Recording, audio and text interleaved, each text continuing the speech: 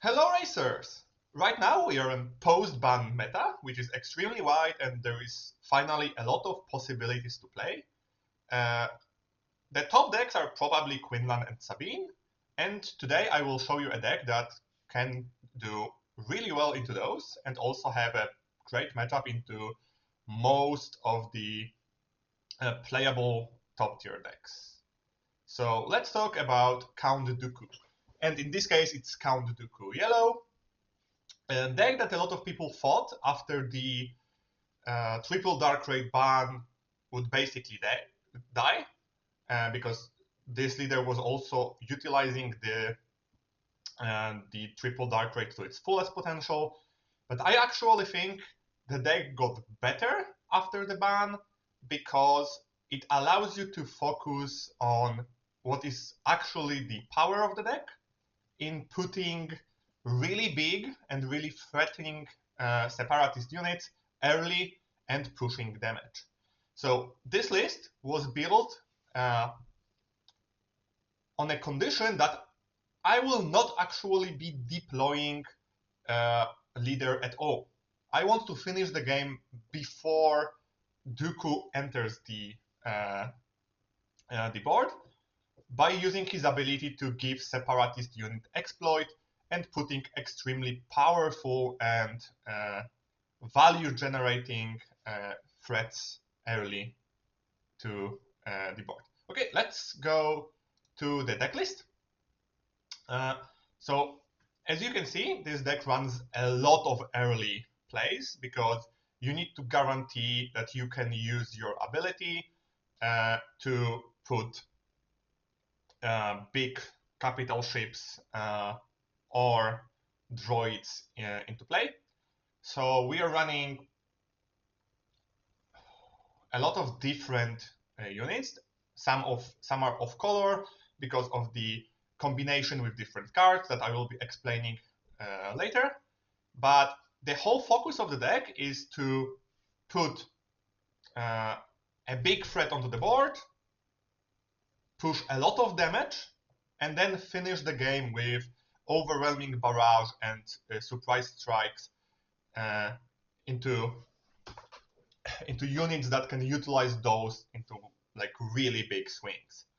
So one of the most important parts why Dooku Yellow was powerful before was Change of Heart, because with his ability, on 6 mana you can steal a unit and sacrifice it with a separatist unit. We are still utilizing it, but we are not running full copies in main because Change of Heart is really expensive, and we will finish a lot of games before we are in the 6 mana range. We are also not running any ramp, because as I said, I'm not planning on deploying Dooku. I'm planning on putting as much threat to the enemy base as early as possible. So the main deck is mostly focused on just putting value and damage, and then we can switch it up a little bit post sideboard to control and playing the longer games. Okay, so let's talk about the most important turn, so turn 1, and this deck has an abundance of options. My personal favorite is playing a token generator on turn 1 and playing Infiltrating Demolisher. 4-5 as a turn 1 play can stop a lot of decks. It's one of the best opening versus Sabine and also Quinlan, because Quinlan will not be able to ping a Demolisher for 2 turns. So his Tarkin Town will not be utilized properly, and 4-5 will generate a lot of threat to decks that run only 25 HP bases. The other really good combination is using Vanguard Infantry. He is basically a really versatile minion, even though you're mostly using it to just sacrifice it and put the experience token that he's giving when defeated to a unit you are going to play. So you can play him on turn 1, sacrifice him and play a free drop, that's bigger than normal. So Droid Commando will be, for example, a 5/4 unit.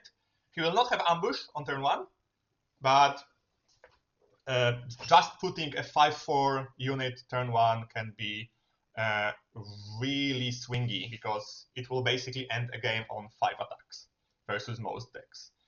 It's the same with Elite P38 and Separatist Commando. Just putting units that are bigger than your opponents allows you to control the state of the game and control the board.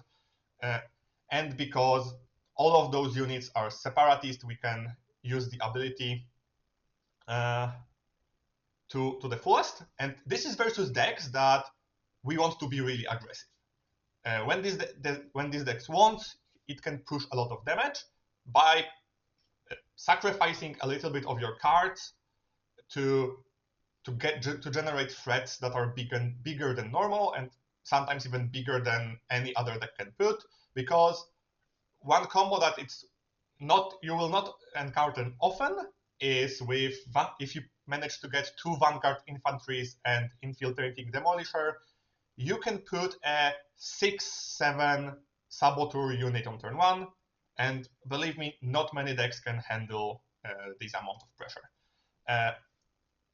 Next, this is one way of playing. The second big option is just to play a unit that will stick. So, for example, Droid Deployment or Academy Patlorers, because it's really hard to kill both units, and then go to Exploit Plan and just play really big stuff too early even.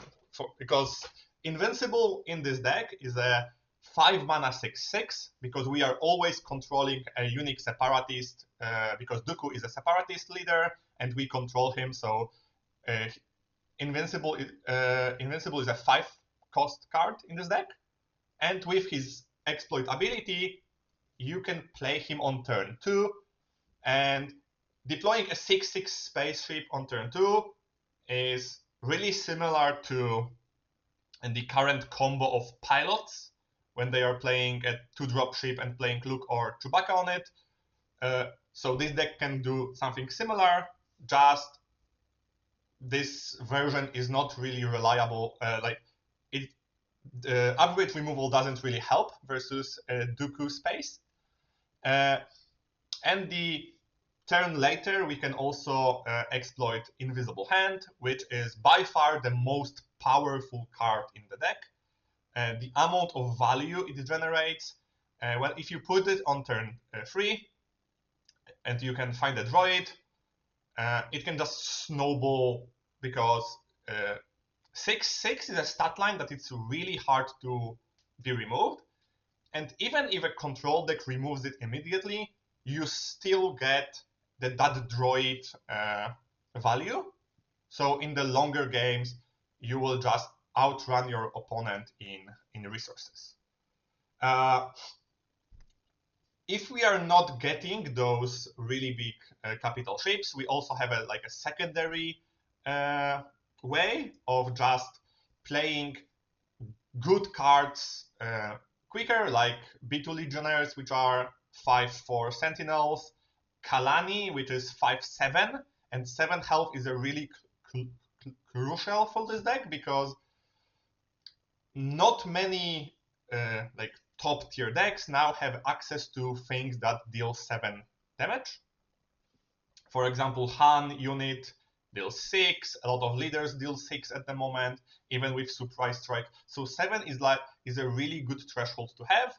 And the second part with Kalani and also big ships is that they are really good to be followed up into Barrage, because we are playing them on 3 on 4 resources, and then on 5 we can basically clear the entire board and secure our free way of going to the base.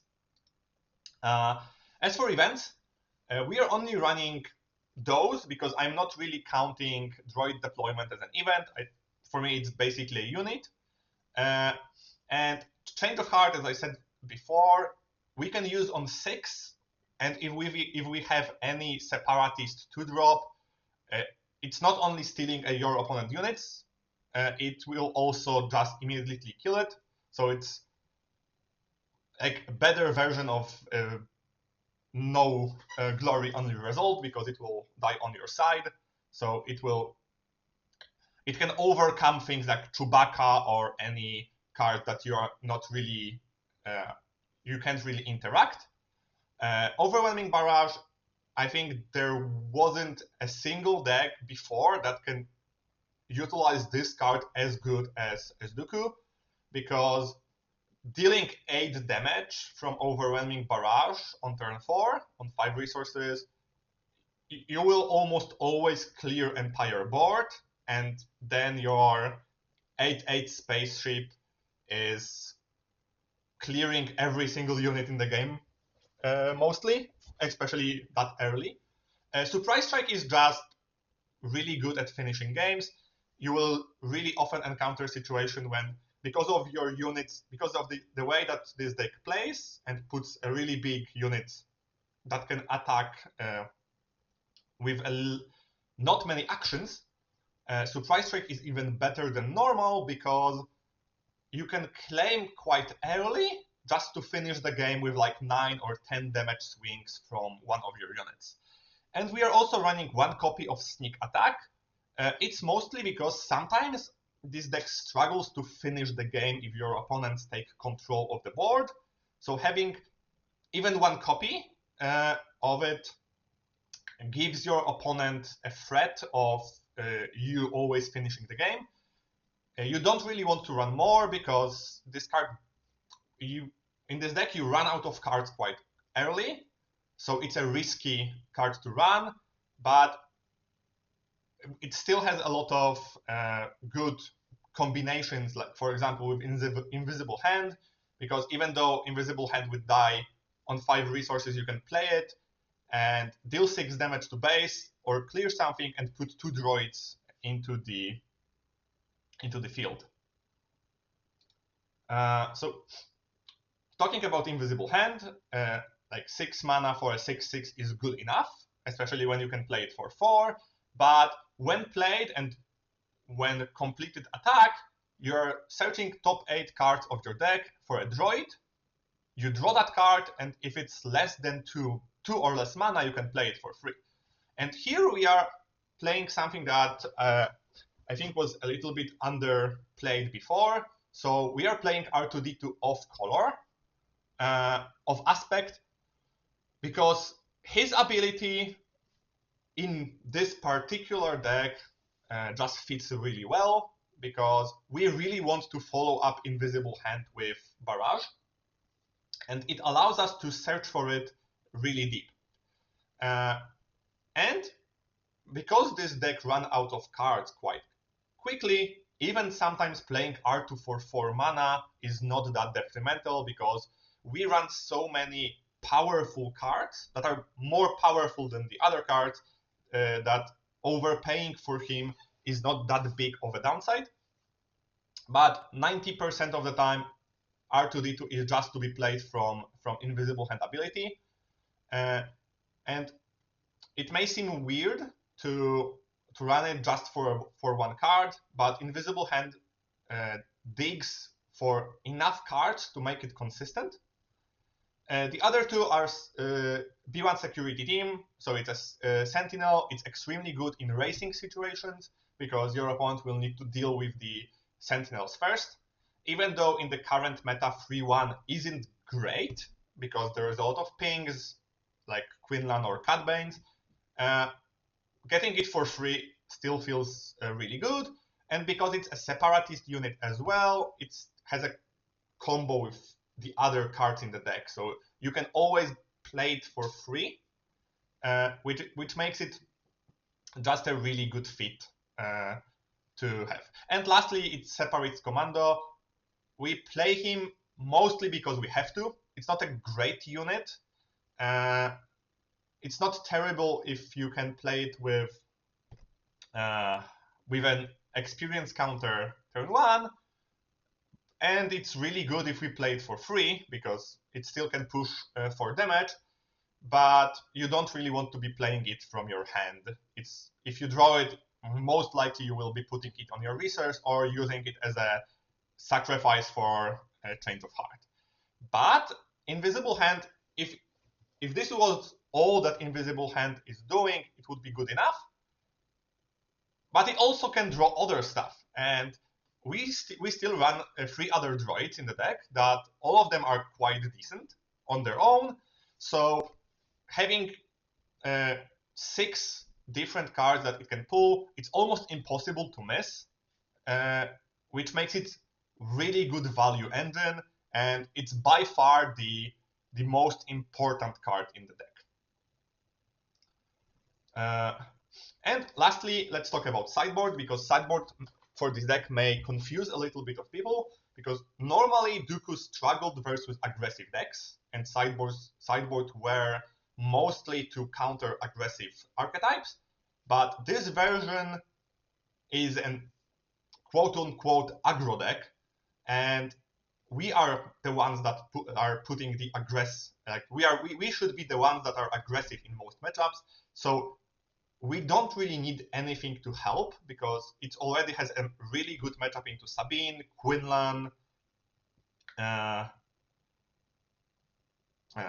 like Kazuda and those type of decks. The only thing we are adding versus those from Sideboard is Frozen in Carbonite, because pilots can be annoying to deal with, and Frozen Carbonite is a perfect answer, because you're not destroying it, so Luke doesn't trigger, you're not bouncing it, so it goes around Chewbacca, and they will be stuck with this ship for the rest of the game. And not many decks run upgrade removal, and even if they do, even if they, for example, run Fangs, we still would, when they play the pilot, we play Frozen in Carbonite, they are tapped, they cannot attack. The next turn, they are still tapped, so it's basically not good to me dead. At worst, even if they run upgrade removal, and if they don't, it will just stay on the board for a really long time. But rest of the cards are mostly to fight matchups that can be hard or can be really hard.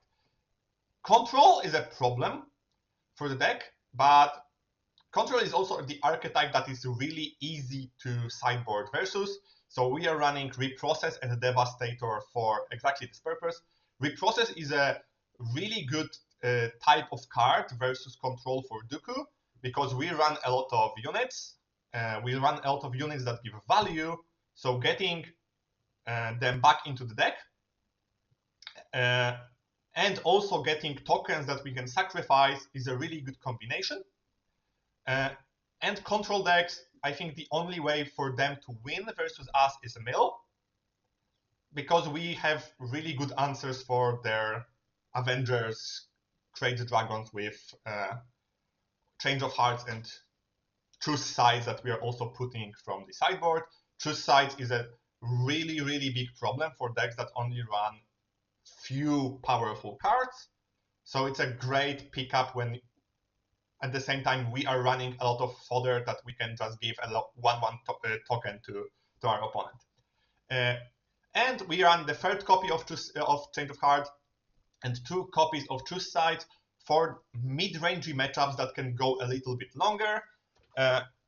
In those matchups, Dooku can finally be deployed, but Anakin, Cad, Kira, they run bigger stuff than us, because let's go back to the deck list. Our biggest minion in the deck is a 6/6. We are mostly winning through them and putting a lot of value versus that. But for example, if Anakin played Luke, we can struggle with removing it. So stealing it is one of the best options to handle those cards. So Change of Truce Sides is really good to steal anything that costs 6 or more. Because even if we spend 7 mana to steal a 6-drop, even a 5-drop sometimes, it's still a value, because they spent 5 resources for it, and now we have it. So it's still a 10 resources swing in our favor. if we are giving them a 1/1 that is basically worth nothing. Okay, so this is the deck. Right now, this is one of the decks that I play on my local tournaments. I have a really good score with it. It can handle anything. It can win versus every single deck. It doesn't have a matchup that is awful from the start. It doesn't also have matchups that are really easy. So it's one of the decks that basically whenever you sit down versus your opponent, you are on equal footing. But one of the big factors for this deck is that nobody knows how to play versus it. So you can abuse it by using cards that people are not used to, like Droid Commando. Not many people are expecting a 4/3 ambusher on turn 2 or even turn 1. Or like Patrol Fighter with bouncing their turn 1 or turn 2 play. It can caught a lot of people off guard. And also, the amount of value that Invisible Hand can generate if you manage to stick it on the board will swing so many games. So this is the deck. I really like it. It's one of my favorite archetypes to play, and I hope it can sway a few people to try to give it a try. And lastly, before I go, I just because we as a team Enigma launched a store that will fund the team. Like whenever we want to go travel to a big tournament, if we want to go, for example, to Vegas as a team, we will be able to at least offset a little bit of the cost with the merch. So if there is anything like any feedback you can give us on it, if there is anything you would like to see us adding to the store, just write it in the comments. I will really appreciate anybody that buys anything, and I really hope you like the design. Okay, thank you everybody. Bye.